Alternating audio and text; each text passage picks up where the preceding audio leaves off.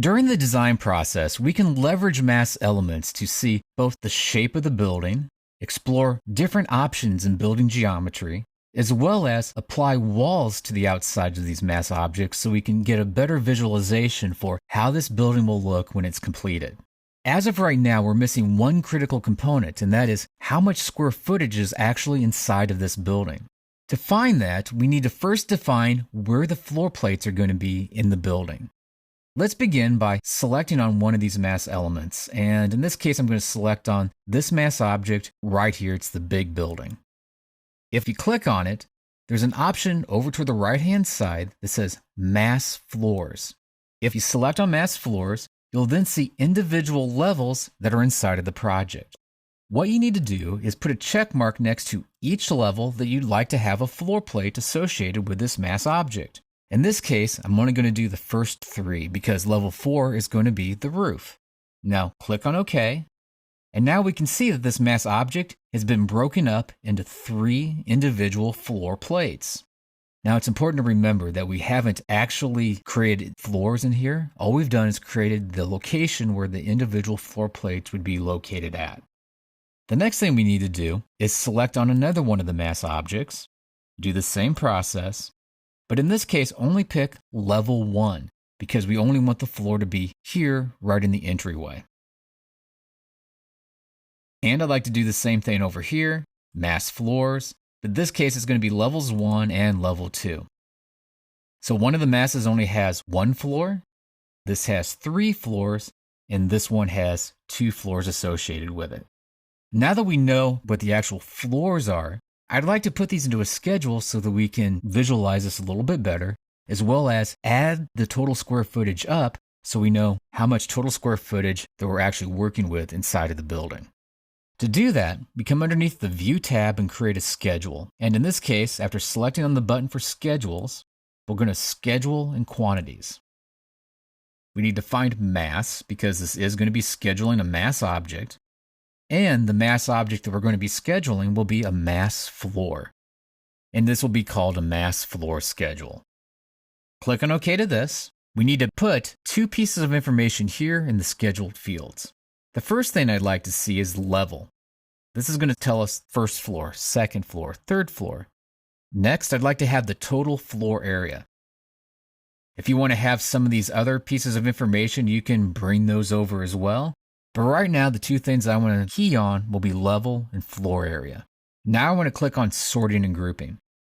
What I'd like to do is have it sort by the individual levels, which means it will put in order levels 1, 2, 3, and then 4. I'm going to put a check mark next to grand totals. That's going to give us the total square footage.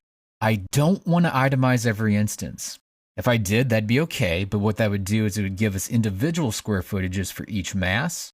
As it is, I want to make sure that everything that's on a specific level gives us the total square footage. So combining all 3 of these mass objects for the total square footage on that level. Underneath formatting, we need to highlight floor area and then put a check mark next to calculate totals. It tells Revit to actually do the math for the floor area. So to come back here to sorting and grouping, this is telling us to display the information related to the floor area. While here, calculate totals is saying to calculate what that information would be. So if we told it to display and we did not tell it to calculate, then it would show up as just being a blank field. But because we told it to calculate, it'll calculate the square footage, and then it will display it because it's told to display it underneath grand totals. From here, we're just going to click on OK. And now we can see each level, the total square footage associated with each level, and then the grand total of square footage associated with the entire building. Now, the really nice thing about this isn't just the fact that it's automated this process. Another thing that this can do is if we close this out and then select on one of these mass elements, what we can do is click right here and then pull this arrow out. Now we can see that this mass is stretching out in this direction, and we can see that the floor plate is adjusting as well. Now, the next thing I want to do is with this mass selected, come up here to related host, and I want to update the face. That moves those walls out. Next, I'm going to select back on the mass again, And we can see that the mass is coming all the way out here. And in fact, yes, this is going out to the face of the mass. We can see that the mass floors have updated as well. We'll look for the schedule over here underneath the project browser, mass floor schedule. We'll see that our grand total of square footage is now 18,035 square feet.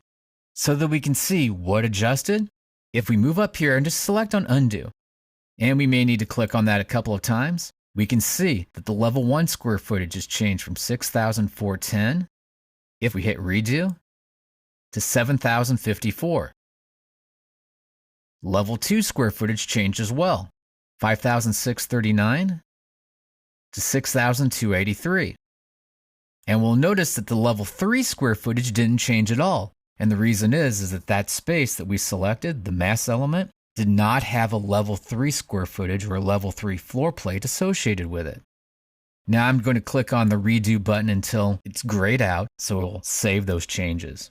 So by creating a mass floor schedule, as well as selecting on the individual masses and telling them that they should have floors associated with them, we can then calculate what the total square footage of those floor areas would be and get immediate feedback on what the total square footage of our building design created in mass form could possibly be.